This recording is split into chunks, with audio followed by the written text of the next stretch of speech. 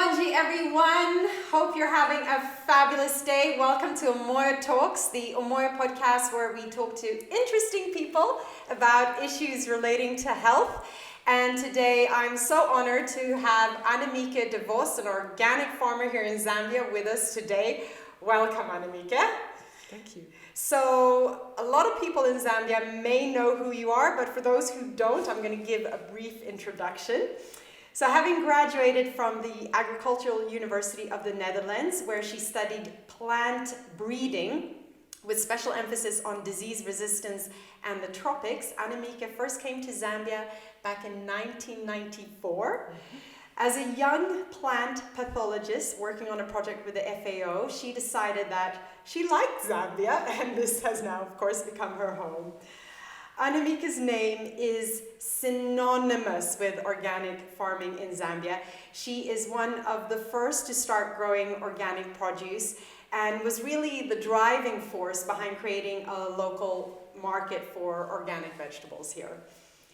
Annemieke is also one of the founding board members of OPAS, which is Zambia's Organic Producers and Processors organization, where she served for 7 years.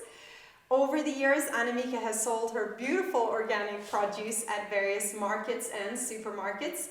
She now runs a veggie box business and also has a shop called Greens and Grains, where she sells her fresh produce together with produce from other farmers as well. And her knowledge and experience when it comes to organic farming is extensive, and that's one of the reasons I'm so happy to have you here with us today. So welcome, welcome, welcome. Thank you. So I was thinking, let's dive straight into it and talk about organic farming. But I thought organic farming and organics is it's a term that's thrown around a little bit here and there. So let's maybe define it first so we're all on the same page. What is organic farming really? Organic farming is a type of farming which is holistic. So it takes into consideration improving the soil, its biodiversity, and it's an integrated farming system. It doesn't sit on its own.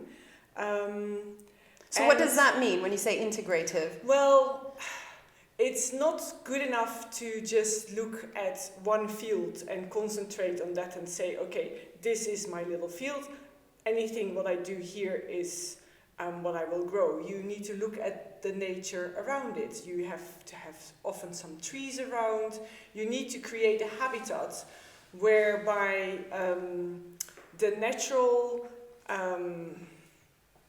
creatures, your birds, your insects, your little animals have a space and a place, because you try and grow and work with nature rather than against it. So you try and work with the systems that nature has in place and use them to your own benefit, basically. And then still produce something that you would like to produce. Okay. But from a consumer's point of view, organic just means it was grown without chemicals, is that correct? It's grown without artificially made fertilizers and without any kind of pesticides. So no herbicides, no insecticides, no fungicides, no bacterial antibiotics. Naturally, yes. Okay, so obviously very different from a commercial farm and how a commercial farm would farm. Well, a conventional farm, yes. Very different from a conventional farm. Okay, yeah. Yes, conventional farm. Because conventional farming still happens with the use of a lot of artificially made fertilizers, and then your different kinds of pesticides. Okay. Yeah. Yeah. And one of the things that is so different between your conventional farming and your organic farming is the fact that due to the fact that you don't use the artificial fertilizers or the pesticides, you do not kill off the microorganisms that we have all around us. We have them on our body, we have them in our body, but we have them on the plants, in the soil as well. And it's only now that we are understanding much better what an enormous important role the microorganisms actually play. And with your artificial fertilizers, and even with your compost, which is where you have done the compost fully towards the end, so all the nutrients are available in a form that the plant can take them up. That basically means that the plant does, and if you put those in your soil, whether it's artificially made or when it is compost made, you put them in the soil in a way that the plants can take them up easily. They will take them up easily, but it means that the plant will not send out the exudates, which is the substances that plants can send out through their root systems. And those exudates are very specific for different types of microorganisms that you have in the soil. They stimulate them, it's the food for them. And in return, they then give the plant what the plant was asking for. So it's a real language between the microorganisms and the plant.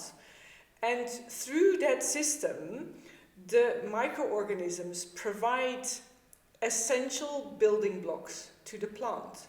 However, so if the microorganisms are not being stimulated and it is purely picking up the substances from the soil from the different types of fertilizers, there is missing links for the plant. Certain substances are not going to be there.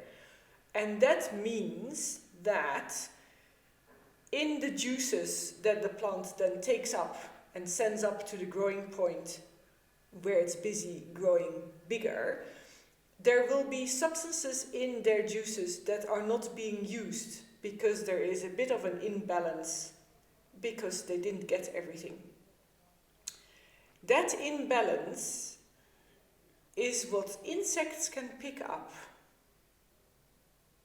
That the insects can pick up that plant is crying for, I'm missing this, I'm missing this. And that is then the plant that will be the one that the insects choose to go to get those juices. Because those substances in the juices are also the nutrients for these insects. So they go for the plants that sound alarm bells. And that's the same what happens with diseases. So it is always, again, the plant under stress of not having everything that will be the first one to be attacked by an insect or a disease. It's absolutely fascinating. That was a lot of information that you just shared then and there. But I know from my point of view, when you talk about microorganisms, which generally is referred to as the microbiome, and that's how I first became so interested in soil and the microbiome, these organisms in the soil, because I came from the microbiome of our bodies. And now I understand that the connection with the microbiome in the soil, and it's absolutely fascinating. But just to recap a little bit of what you said there. So when we use artificial fertilizers or pesticides, herbicides, it disrupts the microbiome, these organisms in the soil that are absolutely essential for making sure that the plants get the nutrients that they need to become strong and healthy. And if the microbiome of the soil is disturbed, then the plants aren't going to be as strong and healthy. They're going to be more vulnerable to diseases and pests and things like that. And also I would imagine it would ultimately affect the nutritional content of the plant so that it would affect our health. Yeah, so you have a soil which will have less microorganisms because of the different pesticides and stuff that you've used. So there's less. We need to get those microbes through the plants. We get them. So less there means we will get less in our digestive system. And then less microorganisms there, less nutrients. So also the actual plant will have less nutrients. And for some of the building blocks that we need for making our amino acids and stuff like that, we need specific building blocks from the plants because we can't make them ourselves. There's a few essential amino acids that we have to get from our plant material. So if they're missing there, it means we don't get them and we cannot make the hormones that we need. And some of those hormones are our happy hormones. So yeah, exactly. Yeah. No, it's when you start thinking about this, because it's actually quite distressing. So once again, these some of the herbicides that we use, my understanding is it blocks some of the enzymatic pathways in the microorganisms and the plants, so that they can't produce those essential amino acids. And therefore, of course, then we don't get those essential amino acids that are essential for our health. So we think that, it's just the plants, but actually it has repercussions for our human health as well. Yeah, and I have yet to start studying this course, but I've just found a course on Stressology, and they basically say that we know that lots of people are under stress, and we live at the moment in a time where just the coronavirus causes people a lot of stress, let alone the rest of their lives. And stress is basically also, again, an imbalance between different types of hormones in your body.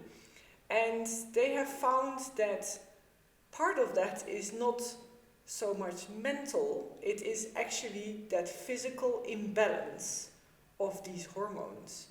And if you then, on top of that, get that certain building blocks don't come in your food, which means certain building blocks for your serotonin, your dopamine, the happy hormones are not being produced, you get that imbalance between the stress hormones and the happy hormones. And that causes more problems.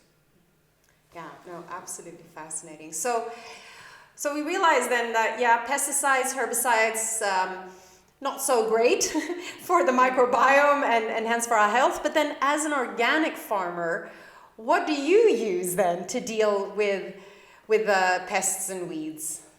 Well, I tend to look at the problems. If the problems show up in the field, I tend to look at them as symptoms that I haven't nurtured my plants very well. Or the soil, perhaps. Yeah, well, the plants show me that there is a stress factor. And what could that stress factor be? And that can be, of course, your sunlight, your water, your rain, or your nutrition in the field, in the soil. Those are your three main. And then also is your plant sitting in a sunny spot and it doesn't want to be in a sunny spot, it should be in the shade, and vice versa. So I look at it as it's telling me there's something not right. So I usually start by feeding the plant with things like worm castings and whatever, so that there is a little bit more help of other microorganisms, maybe a little bit more help of nutrients. And what I also try, and that is the hardest of the lot, is I try my staff not to take out all the plants that are in the beds, which they consider weeds. So what purpose do the weeds have there? Why should we Well, keep the thing is that they have found that the plants all stimulate a group of microorganisms that they need. And every plant stimulates a different group of microorganisms.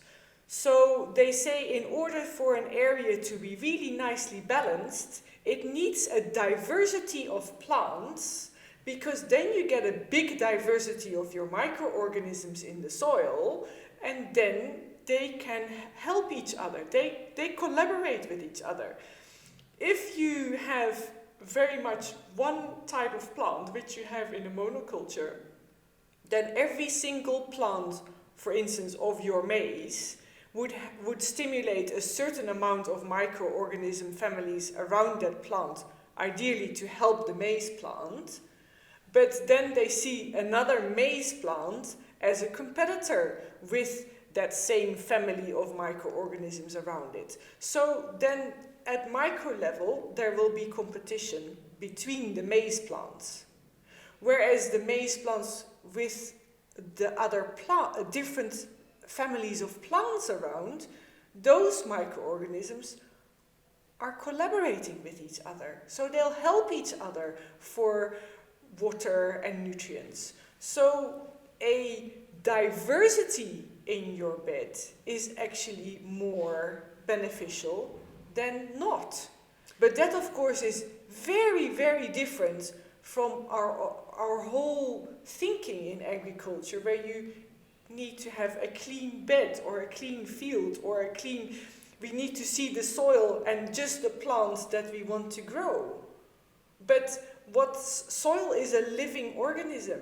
And if you have any bare soil anywhere, the first thing that will be stimulated in that soil is for any seed to grow. So that a little plant cover is going to be there as soon as possible, so that the sun cannot beat the soil anymore. Because by the beating of the sun on the soil, you lose the nutrients into the air. So it's always a losing battle in that way. And soil knows that. So soil will stimulate to get a shade cover, as small as it is, to make sure that the sun cannot beat the soil. It's the first thing that happens. So there was once again a lot of information you just covered there. Sorry. But no, it's great, Annemieke. It's so interesting, absolutely fascinating. But so one of the first point you made is that for healthy soil, you need a diverse microbiome. You need a diverse set of these microorganisms. And it once again mirrors human health, you know. The healthier we want to be, the more diverse our microbiome has to be. It mirrors the soil. And what you were saying is to get the diverse microbiome, you need a diverse set of plants, because each plant will nourish a different set of organisms in the soil.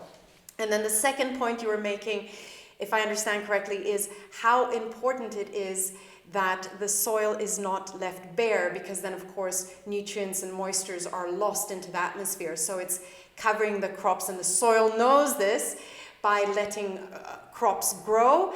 And then also perhaps we can do things as a farmer as well to make sure that the soil is not left bare, right? Yeah. What can you do? What can you put on? Well, that's where cover crops have become so important. So maybe explain a little bit about that. So cover crops are grown basically in between the other crops, and sometimes only get planted later on in the season, so that they will outgrow when the main crop is basically harvested. Then you will still have the cover crops, keeping the soil covered for some time, being able to grow on the residual moisture that is there, and therefore keeping everybody alive that is down there. Because if there is no green cover on top, if there's no plants growing, the microorganisms don't get any food. So they go and hibernate, or they go and sleep, or they might die off. There's no activity.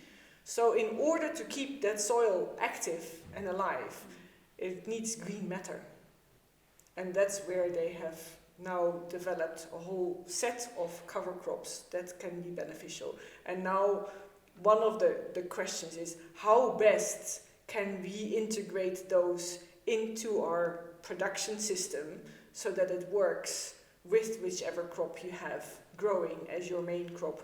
Which ones of those cover crops do you choose? I at some point grew a lot of clover, which was going to be my green mulch, because another thing that you could do is basically cover your soil with mulch.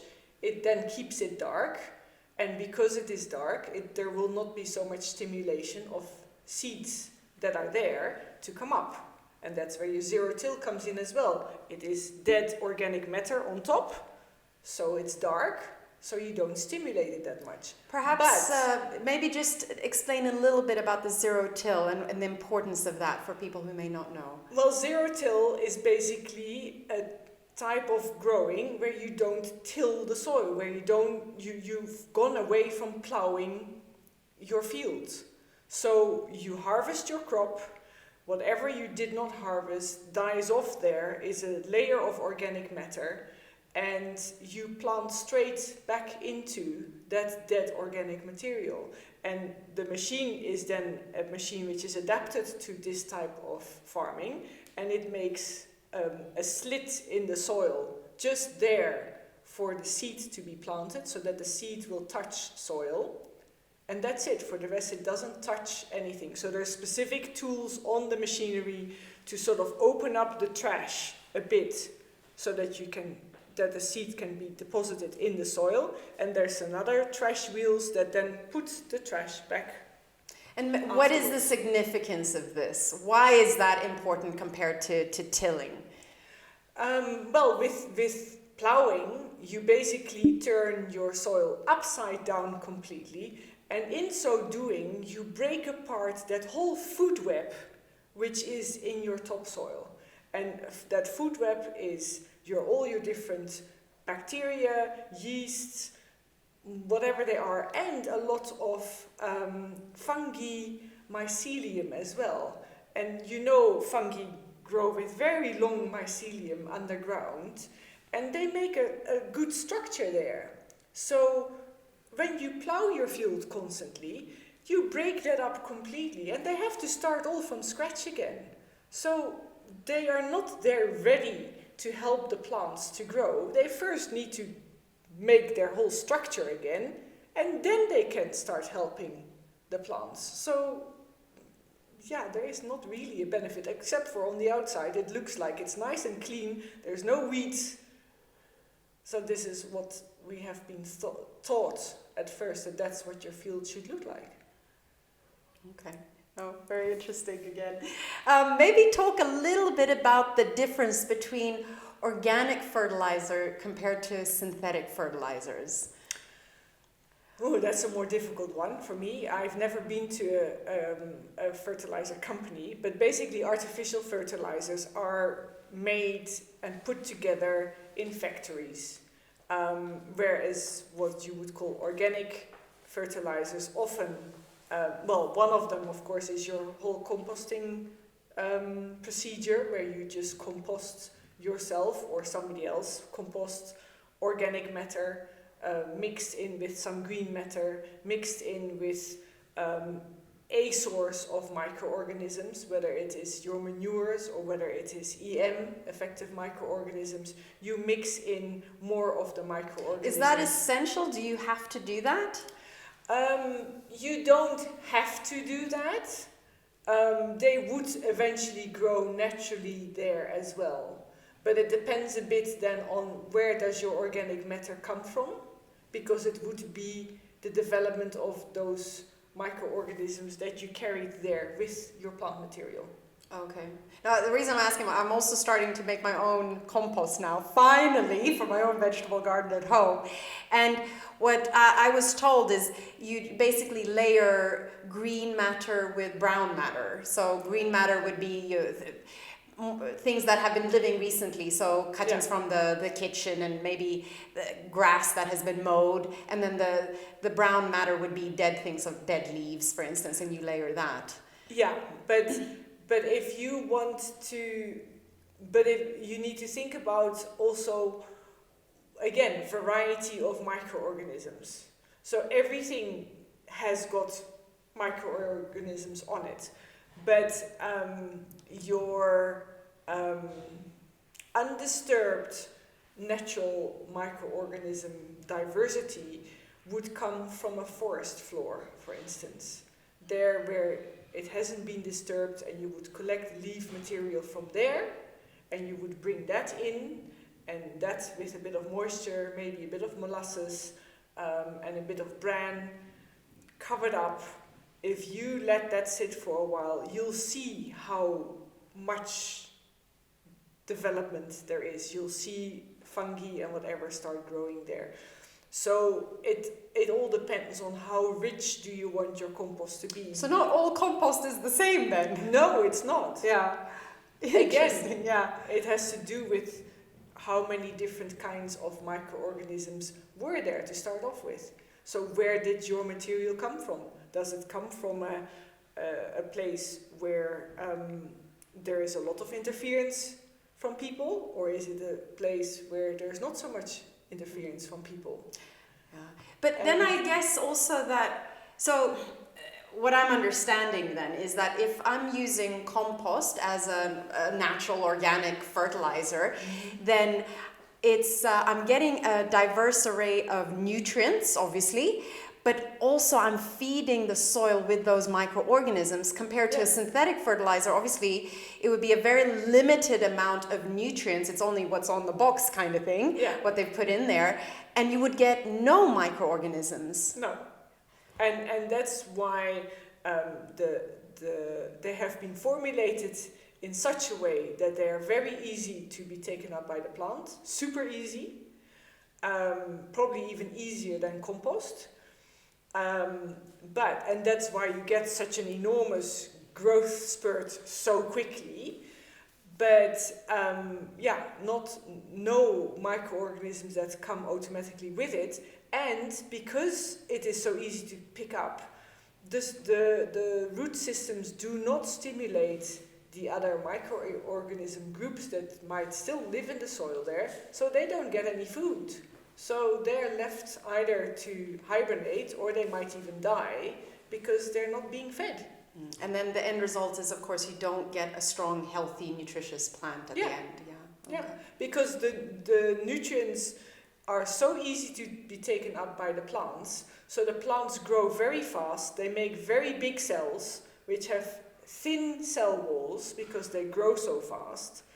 And the cells have a lot of water compared to the ratio of actual nutrients in there. So the cell wall is thin and therefore can easily break. So that's why there are there's more chance of an invasion, because they're simply more delicate. And your ratio water-nutrients per cell is very different. Lots of water and little nutrients. So also there, when you eat that, you get much less for your money. Yeah, it's not as nutrient dense. No. Yeah. So it looks really cool and really nice and big. Yeah. And lots of moisture, lots of water, but that's where often also the flavor has disappeared a bit, because the ratio water-nutrients, which give you your flavor, is also different. Very interesting. So when I've been researching healthy soils and things like this, another term that keeps cropping up is regenerative farming. Maybe talk a little bit and tell us about what is that and how does that differ, if at all, from organic farming? Well, I think the term regenerative farming has come from farmers who have seen that their soils were not bringing the results anymore, and they looked into what could be the problem, and they realized how much damage had been done to their soils. So they decided to change their practice to regenerate their soils. And in so doing, the movement for the regenerative farming comes from a bit of is more recent. It doesn't automatically come from a different direction, because also the organic farming originally came from seeing that it wasn't all so good with the chemical farming. But the organic farming sector has gone as far as creating a certificate for the farmers that want to call themselves organic farmers. So there are a number of organic certification companies that would send inspectors out, and they come and check everything that you do in your field, and based on that, if they find that you adhere to the sort of standards that have been put in place for organic farming, then you can call yourself properly an organic farmer and you get a certificate. And that is, in principle, something that needs to happen every year. We tried to do that in Zambia with OPAs. We would get an outside company to come in to certify, because we were not set up for it yet. And then these people would come to check your field and check that you were growing things according to the standards. But it is a costly procedure. So when it comes to organic farming and you wanting to export, you cannot do without your certificate. But for the Zambian market, the price that would come on top for an outside inspector to inspect your field, you would not earn that money back by local sales. So for local, it was really hard. And these inspectors would come from, when you say from outside, they would come from like South Africa or... Yeah. Yeah, okay. So, but now, I mean, you've been doing organic farming a long time here in Zambia. So you've seen, I imagine that there has been a bit of a shift. People are becoming a little bit more interested in it. But yet we're not seeing it really in our supermarkets. No. And why is that? Because it's so expensive to get it certified, or are there other reasons? Well, if there's two things. If it is a company from South Africa who has a supermarket here, then they say that the produce should be certified by an official certifying body. For it to say organic on the label. So that's going to be a big problem. That is a big bottleneck. Yeah. I tried getting my produce into the local supermarkets, but the management would not feel that there was really a market for it. And so I basically started by having a stall at the Dutch Reformed Church Market, and would try and gather as many different types of things that I could find in Zambia that were organically produced, to show the public that we did have organic produce around. It was just not so easy to find.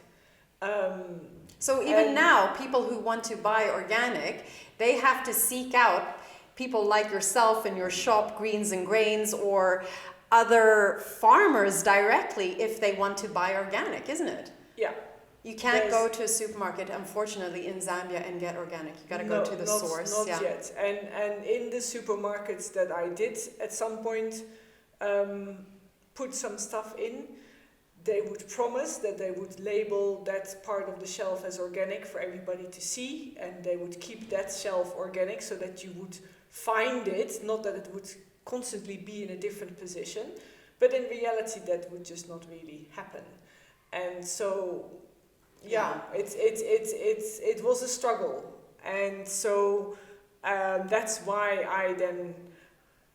I had a small shop as part of the York Farmers Market on Kafua Road, when they had a big farmer shop there. And then when that stopped because they had sold the land, I basically went to do veggie boxes, and that meant that I would produce and it would go from me straight to the end consumer without anybody in between, because I was tired of trying to convince the supermarkets that it was worthwhile to have it there. And then almost 2 years ago, I decided to try again. Well, I suppose there was an organic shop before. There was an organic shop established in Foxdale Court. I don't know exactly which year anymore. So we tried it with a shop there. But unfortunately, at that time, it didn't work. So in 2019, I basically tried to see if Lusaka market was finally ready for an organic shop. Yeah. No, and your shop is absolutely lovely, Annemieke. We're so grateful to have it. So well done for persevering.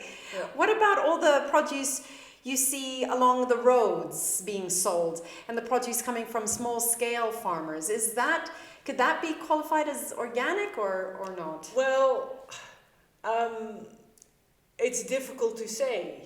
There might definitely be farmers out there that by default are not using any artificial fertilizers. Because it's also expensive. Because that is all with a cost. Yeah. So it could very well be, but you don't know. And it would mean really having a serious discussion with the people selling the stuff on the roadside to know where it comes from. And I'm sure so it could be, but it doesn't have to be. It doesn't have to be, yeah. And the problem is that there is also still a market where you can buy little bags with something white in it, which is medicine, and not really very many prescriptions as to how to use it and whether or not it is really what you want it for. And what if you used it for because you have a problem, there's no paper often with it that says, okay, that means that you cannot sell this produce now for 2 weeks because you've sprayed it.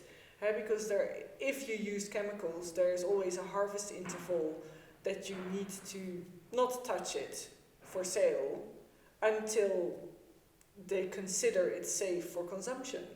But that is on the original package. So people may not know. But not everybody might have gone to get the original package and therefore knows exactly what it says and then adheres to it. And there is not so much policing of that around, so there is a big grey area there. Yeah. Okay, so basically know your farmer. Yeah, know exactly who you get it from. Yeah.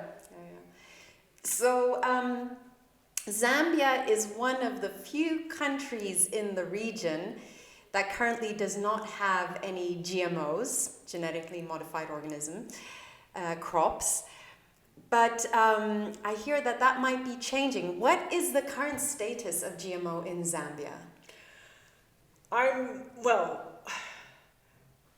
At the time, I don't know how many years ago, when the biosafety law had to be put in place, OPAS being one of the stakeholders, being very concerned about GMOs coming into the country because organic farming doesn't really go together with GMOs.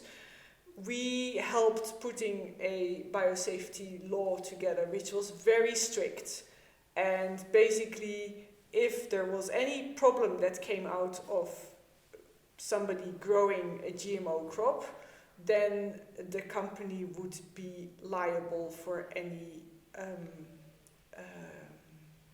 damage done, which made it really not interesting at all to even come and ask if you for companies selling GMO seed to come into the country. So we basically had a moratorium, which was great. However, under pressure, there is now currently a new revision taking place of this biosafety law. This revision has taken place mostly behind closed doors, so we don't really know what has been changed.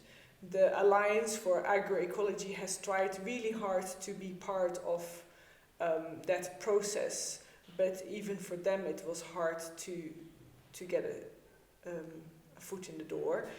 So we don't know what they have decided now, which is a concern, because there is also now some research out that shows that GMO crops could be very harmful to people's health. There is a gentleman by the name of Jeffrey Smith who very early on in the whole GMO story already protested against it, and he's done a lot of research and followed a lot of people. He's made several movies that you can find on internet, and one that particularly deals with the health effects of GMO food on people is called Secret Ingredients. And he follows a number of people there that had complaints and changed diets, where at first they were eating GMO food, because in the States is one of the main countries that has decided not to label it, and people eat it unknowingly in many cases. And there now, about 10-15 years later, you see what the effects are. Interesting. So I'm definitely going to make sure I watch that movie, and I'll put a link in our show notes as well, so everyone else who's interested and want to explore that topic a bit further can do so.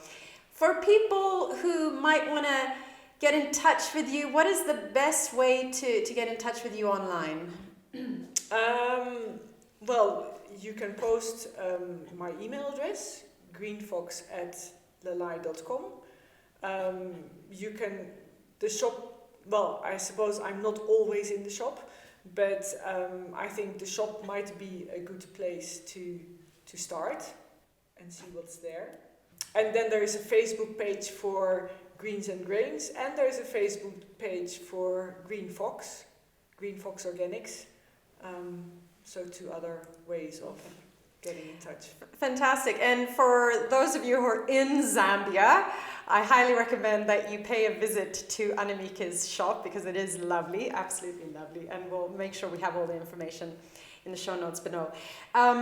So Annemieke, just to finalize, final question. How do you see the future of farming, and what do you think has to happen, in your opinion, to the farming industry for it to really embrace regenerative agriculture and potentially even organic farming? Is it possible? I mean, is there any hope there? I would think there's always hope there, but I do think it does need a major shift of thinking,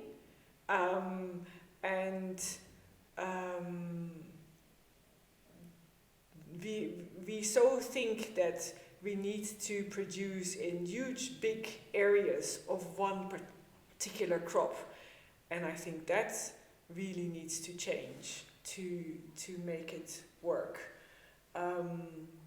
But at the moment, all machinery that has been developed to farm bigger is also completely focused on one crop only. So it would be a shift at every level that needs to take place. But yeah,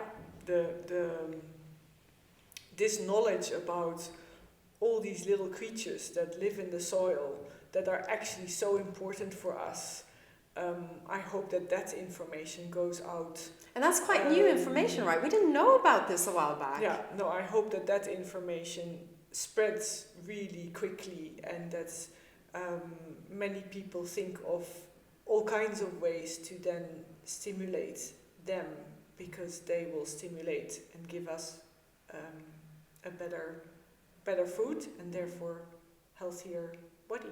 Yeah.